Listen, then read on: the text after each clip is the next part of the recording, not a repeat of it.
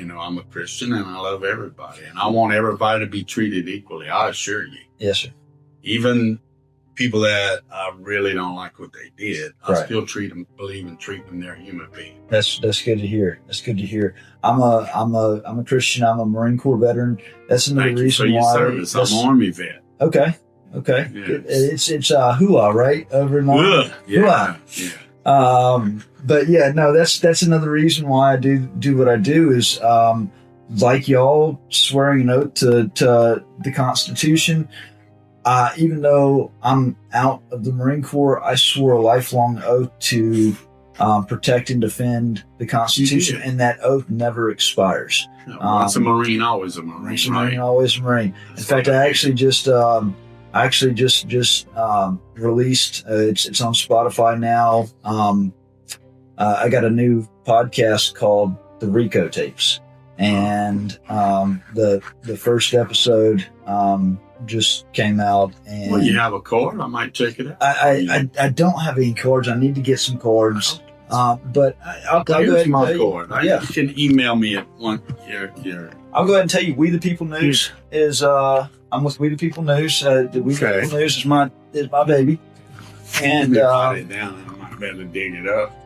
But this the Rico Tapes. Back in, I entered the Marine Corps in December. What was your name? I'm sorry.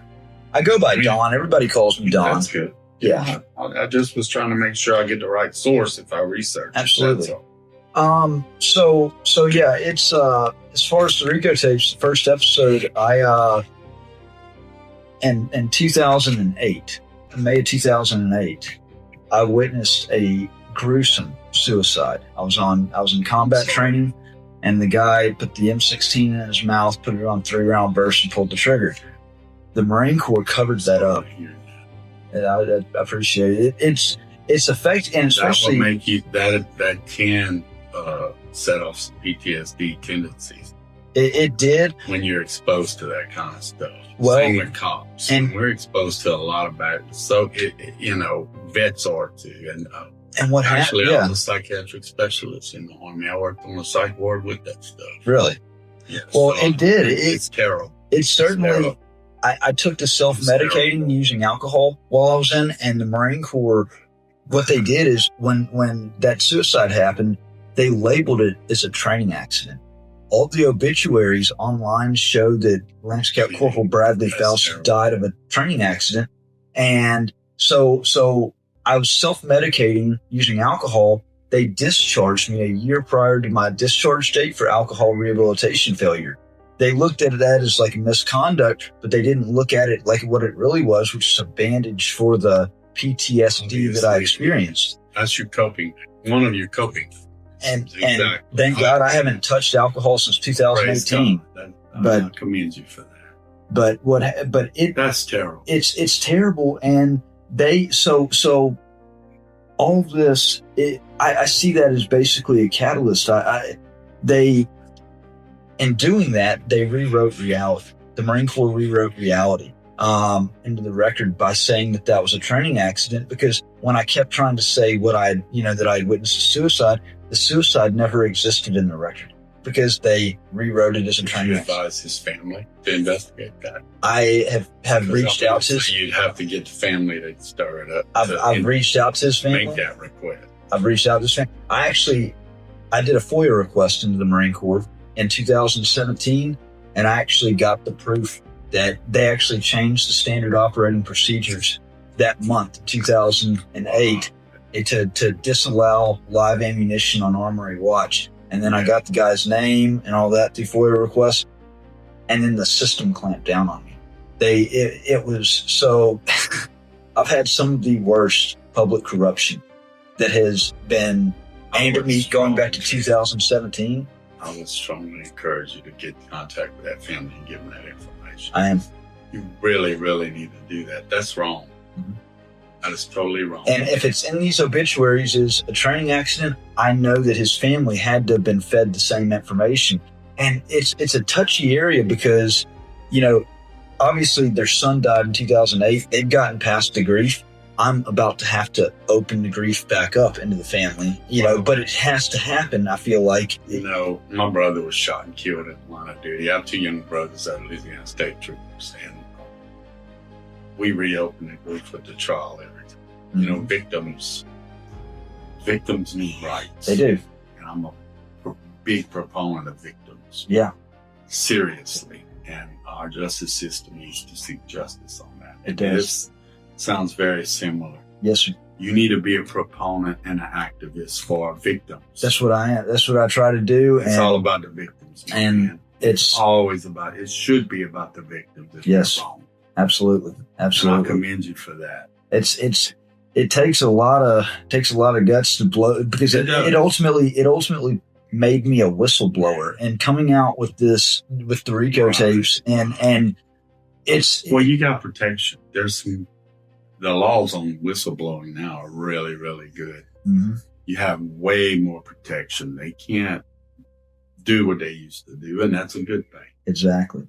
So I want to give you, and I need to put this on my website, on the We the People News website. Let me give you this website address so you can listen to that. It's a 15-minute. Give it to me. So, I'm going to get it right here. RICOtapes.online. RICOTAPES.online, and it's got the first episode on there. I will check it out. And yeah. Semper Fi, even though I'm a soldier. Semper Fi, yes, sir. Pleasure to meet you. Pleasure to meet you, too. Thank you so much for your service. I appreciate it. Thank you so much, sir. And if you need anything from us, we're here to help. Thank you. It was great meeting you. Thank you, sir.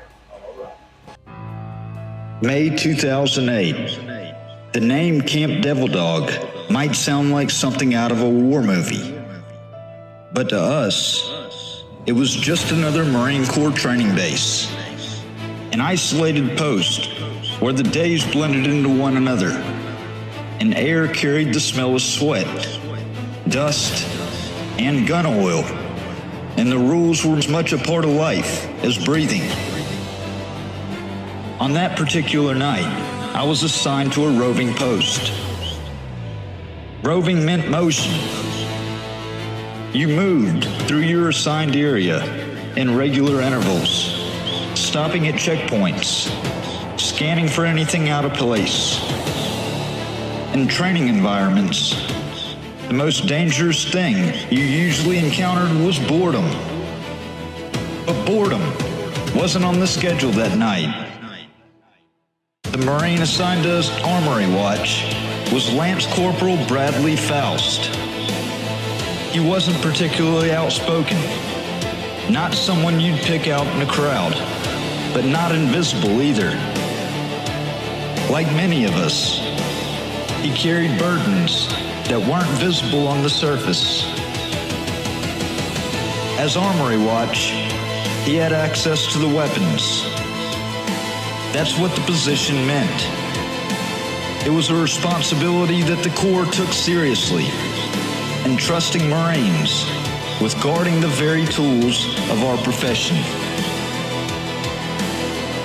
The night air was still, punctuated only by the occasional call of distant wildlife and the familiar sounds of a military base at night, generators humming, the occasional vehicle passing, boots on the gravel as Marines moved between posts. I had just completed my check of the eastern perimeter when it happened. No one saw it coming. No warning signs that night. No whispered confessions. Just the sound, that unmistakable sound of an M16 set to 3-round burst.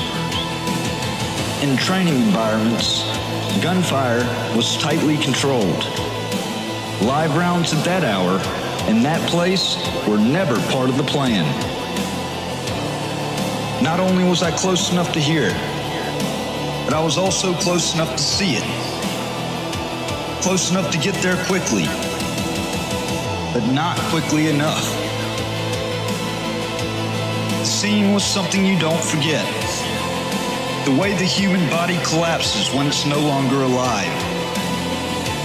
The smell of cordite in the air. the weapon still near his hand, the armory racks standing silently behind him, like mute witnesses. Lance Corporal Bradley Faust had made a decision from which there was no return. Within hours, the officers were there. Not just the on-duty supervisors, but higher-ranking men whose boots didn't usually touch the concrete outside their offices. They took control, ordered Marines back to their quarters, and secured the scene. The base became a flurry of activity. Medical personnel, military police, chaplains moving with purpose through spaces usually defined by routine and order. When the paperwork was done, it said training accident. That label carried weight. It wasn't just semantics. A suicide could mean loss of death benefits for Faust's family. A training accident could preserve them. At least that was the justification we were given. But in labeling it that way, they'd also rewritten reality. I watched as they sanitized the scene, not just of physical evidence, but of truth itself. The official narrative began to take shape before Faust's body had even been removed. A narrative that would protect the institution at the expense of honesty. Senior officers spoke in hushed tones about unfortunate incidents and operational security, phrases that served to distance everyone from what had actually happened. A Marine, one of our own, had taken his life while on duty. That was the first time I saw how truth could be edited, how the official truth could be made to serve an agenda. In the days that followed, we weren't encouraged to discuss what happened. Faust's personal effects disappeared from his quarters. His name became something mentioned only in whispers. The machinery of institutional self-preservation moved with remarkable efficiency, transforming a suicide into an accident, a personal tragedy into an administrative inconvenience. I stayed in the Corps after that, but I wasn't the same. That night planted something in me. A distrust, a refusal to take official statements at face value. I began to notice other instances where reality was adjusted to fit preferred narratives. Small at first, then increasingly significant. Training incidents where safety violations were downplayed. Disciplinary actions that seemed more about protecting certain individuals than maintaining standards. Equipment failures attributed to operator error rather than maintenance deficiencies. By 2011, I was discharged. The paperwork said alcohol rehabilitation failure. The Corps made it sound like the drinking was the disease, but I knew better. The drinking was just a bandage on something deeper. PTSD, though I couldn't get it recognized because the incident that triggered it didn't officially exist as a suicide. The system that had rewritten Bradley Faust's death was equally efficient at reframing my struggles as simple misconduct rather than the consequence of witnessing something that had shaken my faith in the institution I'd committed to serve. Years passed. The memory didn't.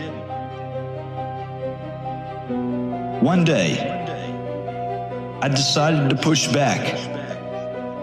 I filed a Freedom of Information Act request, not just for closure, but for proof. I wanted the records on that night, the internal communications, the after-action reports.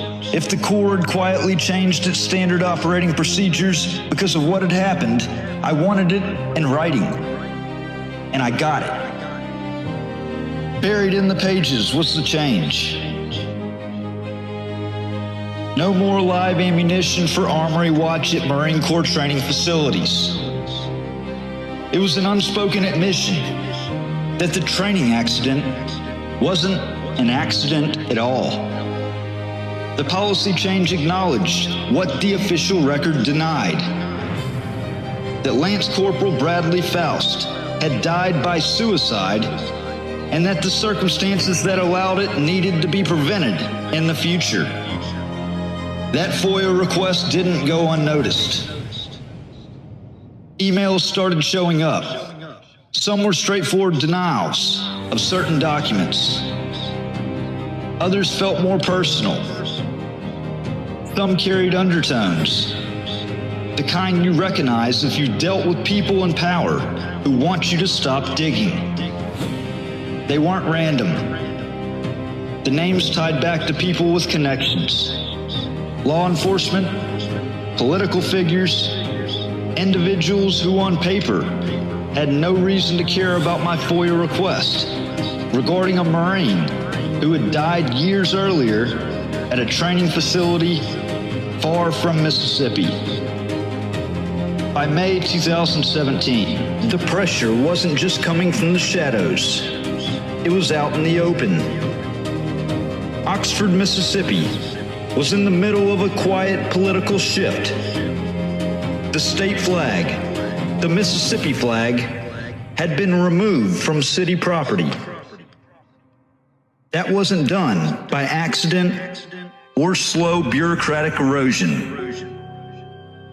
It was the result of a push led by then Board of Aldermen member Robin Tannehill.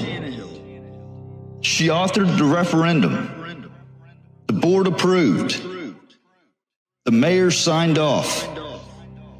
And in a matter of days, something that had flown over city property for generations was gone.